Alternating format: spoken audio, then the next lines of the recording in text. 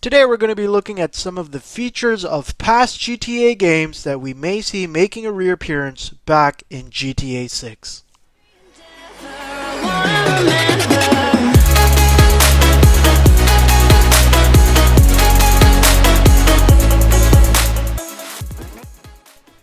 What's up guys, it's Nick Plays Games, and today we're going to be looking at some new mechanics and features that Rockstar Games began to implement in Grand Theft Auto that we may see being improved and brought back in GTA 6.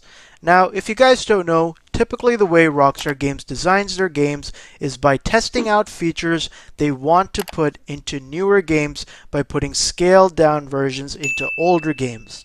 Many people have said that the reason why GTA 5 is being remastered for the PS5 is for this very reason, and that Rockstar Games simply want to test out one of their games on next-gen hardware before releasing GTA 6 to ensure that they really take advantage of what the PS5 has to offer. Now, there are a few features we saw in old GTA games that did end up being brought back into future games, and the first feature that actually wasn't fully implemented was the multiple character system. In GTA 5, for the first time, we were able to play as 3 different characters at any point in the game, with Rockstar designing the game to allow players to switch to any of the 3 within limitations, such as missions and cutscenes. This really improved the dynamic of GTA 5 and brought a new experience, as you'd basically be able to switch into a completely different location and scenario at any time in the game, but this feature was something that was actually meant to be brought in a lot earlier. If we go back to GTA 4, you'll know that GTA 4's original story was made with one main character, which was Niko Bellic in Liberty City. However, a few months later, Rockstar Games released 2 DLC expansions for the game, The Ballad of Gay Tony and The Lost and Damned, both of which were also based on different versions of Liberty City, with different characters and storylines. However, these 2 DLC characters, Luis Lopez and Johnny Klebitz, both tie in to Niko Bellic's storyline, bringing all 3 DLCs together in the main Liberty City story. Now, even though these 2 characters were part of different DLCs, this was the first time we saw multiple characters intertwine their stories in a GTA game, something we saw later be fully implemented in GTA 5. GTA 5 brought 3 different characters together by giving us intro missions across all 3 and linking their stories together. Now, if we look at Red Dead Redemption 2, Rockstar's most recent title, even though you do play as one character at a time, at the end of the game you go from playing as Arthur Morgan to John Marston, basically continuing the game as a new character.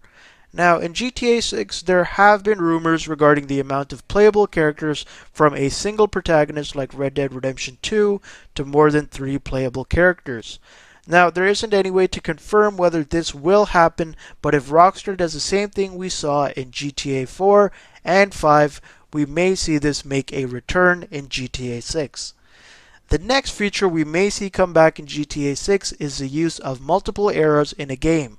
Now, this was something we first saw teased in GTA 5, with the game starting us off a few years before the story in North Yankton, giving players a quick snapshot into the stories that led up to the main story of GTA 5. After finishing this prologue, we move a few years in advance and continue the story there. We also saw this in Red Dead Redemption 2, where the main game takes place in Arthur Morgan's life, but once that portion of the game is finished, we move forward a few years as John Marston. As we do move forward, we end up seeing some portions of the game actually finish development, with some buildings newly opened and constructed.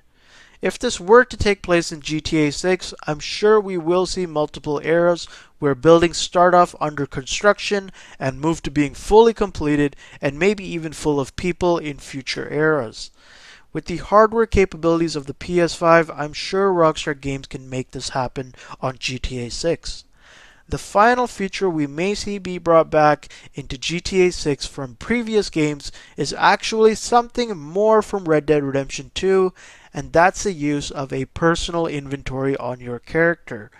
In GTA 5 and GTA 4, your character would pretty much just hold weapons with the exception of snacks and other consumables in GTA Online.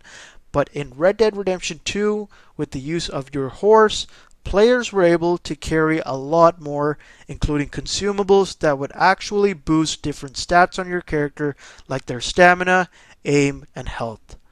Horses in Red Dead Redemption 2 also allowed for characters to set up camp anywhere on the map, as well as change different parts of their wardrobe. Now, considering Red Dead Redemption 2 and GTA 6 will be based in very different eras, what we might have access to in GTA 6 is probably going to be very different compared to Red Dead Redemption 2. In previous GTA games, characters would be able to carry every single weapon in the game on them, from small pistols to RPGs and machine guns. Now, if GTA 6 decides to go the more realistic route, like Red Dead Redemption 2, we may see some limitations and the use of personal vehicles playing a bigger role in what can be carried around and what would need to be retrieved from the trunk of your car. Now, obviously, we can't confirm if any of these will be in GTA 6, but there is a pretty good chance they will be. We know Rockstar Games likes to push for more realism in their games, and that is something that helps GTA as a game stand out from other open world titles. I'm sure GTA 6 will bring us a lot of new mechanics and features we have seen before, considering the hardware next gen consoles have to offer.